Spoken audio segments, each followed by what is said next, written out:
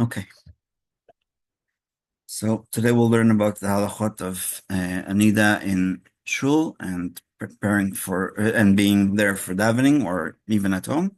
And we skipped halachot 2 to 6 because we already studied them when we were learning the laws of prayer in general. So, a Nidah, a woman who has menstruated and not yet purified herself by going to the mikvah, is obligated to recite all the brachot and prayers and may study Torah, for words of Torah cannot become impure as it is written, indeed, my word is like fire. And that's in Jeremiah 23:29.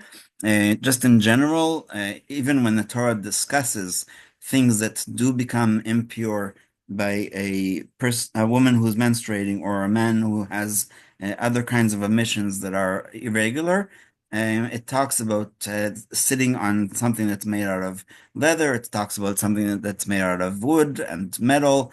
And in fact, in the archaeological digs in the Jewish quarter before they started rebuilding in 67, they found that many of the houses had all kinds of utensils made out of stone because, according to the understanding of the rabbis, stone does not need to be taken into the mikvah.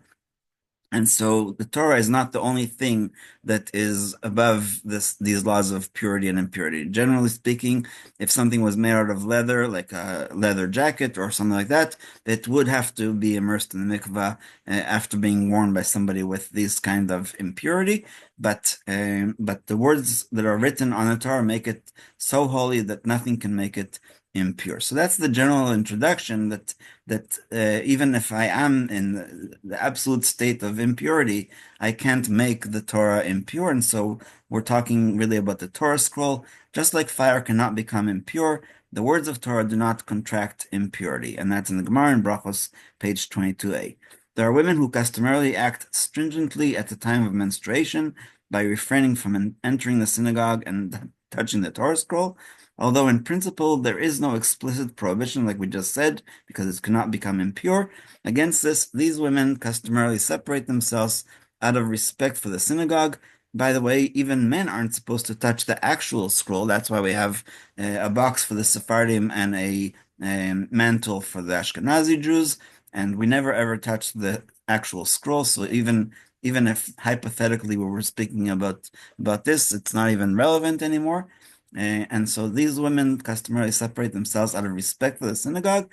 Nonetheless, the widespread custom is that women enter the synagogue during the time of menstruation, but only refrain from looking directly at the letters of the Torah scroll when it is lifted for doing Hagbah.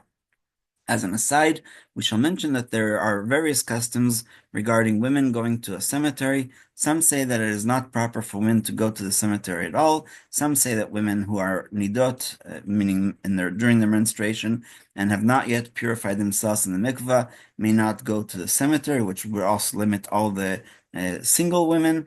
Some say that only during menstruation women should not go, and others permit going anytime. Some women refrain from going to a cemetery when they are pregnant, whereas others do not.